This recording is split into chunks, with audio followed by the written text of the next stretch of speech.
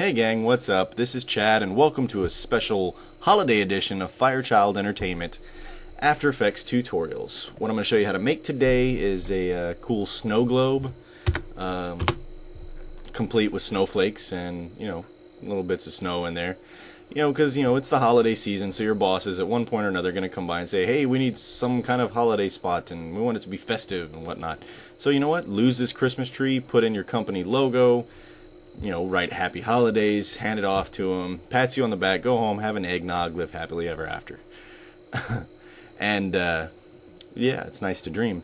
Anyway, I know what you're asking yourself right off the bat. Who in their right mind would put a snow globe in space? And, hey, how exactly does the Positrack rear end on a Plymouth work? It just does. Wow, that was horrible. I'll tell you what, whoever can name the movie that line came from will get a free project file from me to make up for the dorkiness. So the first person to leave a comment that tells me the name of the movie and the character that said the line will get a free After Effects project file from me. I'll send you a link. You can download it, use it for whatever you want.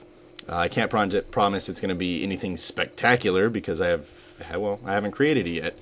But yeah, good luck. Let's get back on track here. Lots to do, not a lot of time to do it in. Okay, first thing we need to do is create a new composition. We'll call this snow globe, if I can learn how to type, not glowed. I don't know what a glowed is. We'll set it to NTSC D1 widescreen. That's good. And then we'll create a new solid layer. We'll call it background. And change the color to a dark blue. And I'm not going to make the starry sky. This is just something for an example. And we'll apply a circle effect. To it. Gives us a white circle. We'll change the blending mode to stencil alpha. Increase the radius of it.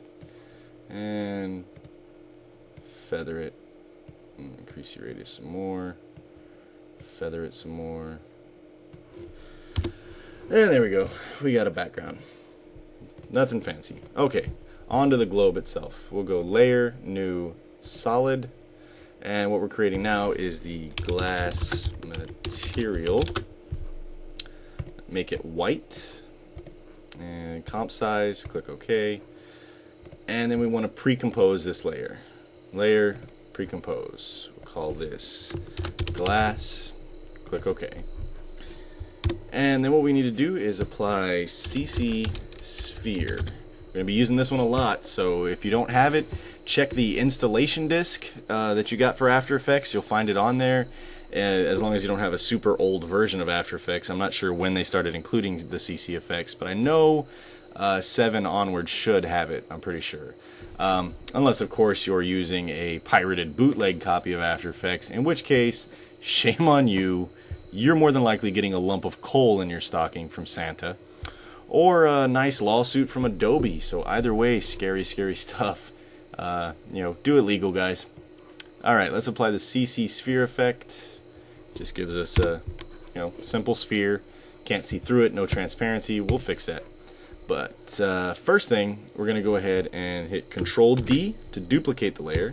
We'll change the duplicate to light edge 1, and what we're doing here is just giving it a nice edge, a light spill, because it's it's supposed to be made out of glass. And we'll go into the light settings. We'll set the direction over here on this side, drop the height down a whole bunch, because all we want is just like that, just the edge. Then we'll bring the intensity up like so. I'll probably drop this down just a little bit more. Just want a nice edge on it. And then if we duplicate, we duplicate that layer again, get another light edge, go back into our light settings, change the direction, to the other side. You find something you like. And I'm actually going to decrease the intensity and increase the height, because I just want a little something here. Just a little bit of light right there like that.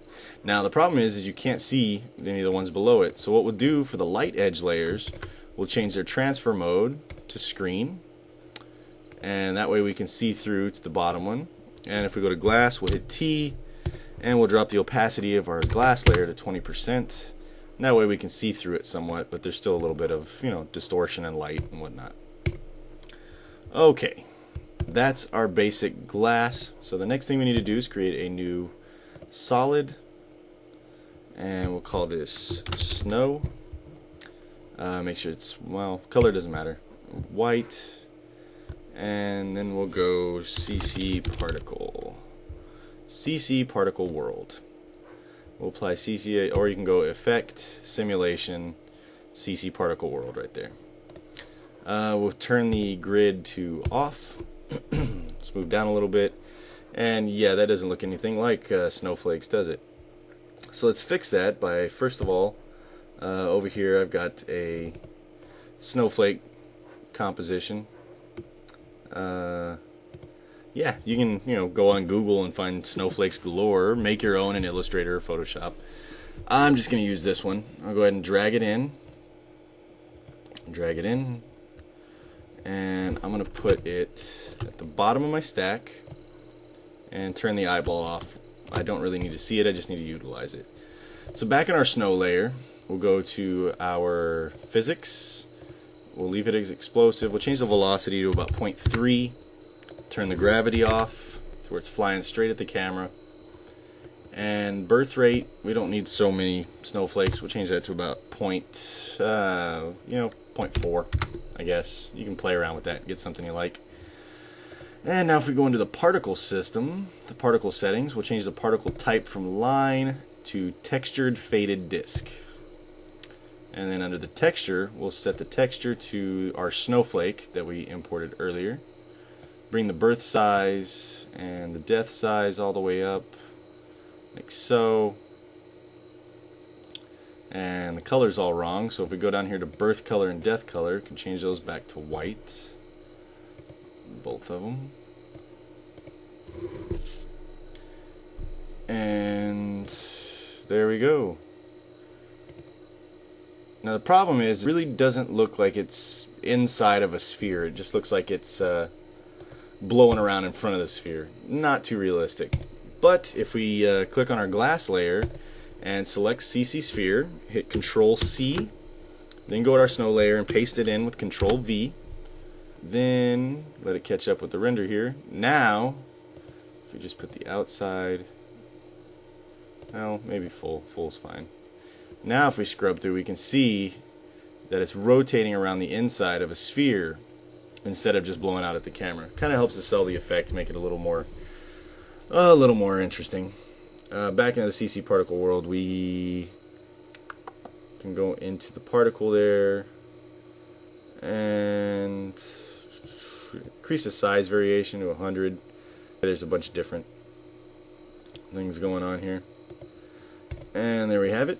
All we have left now to make is the base. And a real simple way to make the base, we'll create a new composition. Type base. Hit OK. Actually, composition settings. We'll need to set it 1000. Oops. 1000 by 100. And that gives us a real long, thin one. We'll create a new solid. This is something you guys can mess around with. I'm just going to do something real quick here. You know, just a red solid, why not? And then if we go back into our snow globe and drop our base layer above all this and apply CC Sphere to the base layer, then we can drop the radius, actually offset it a little bit, and then just drop it down,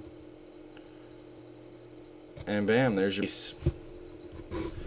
Pretty cool, huh? So now we've got a base. You know, I can go a little more into detail on how to make the basing. You can mess with the lighting on that. I'll leave that up to you because the big focus was this. There you have it. You have this three-dimensional, well, quasi three-dimensional. Yeah, one other thing, yeah, I think that's about it actually. Hope you enjoyed this. Stay tuned for more exciting tutorials, and take care.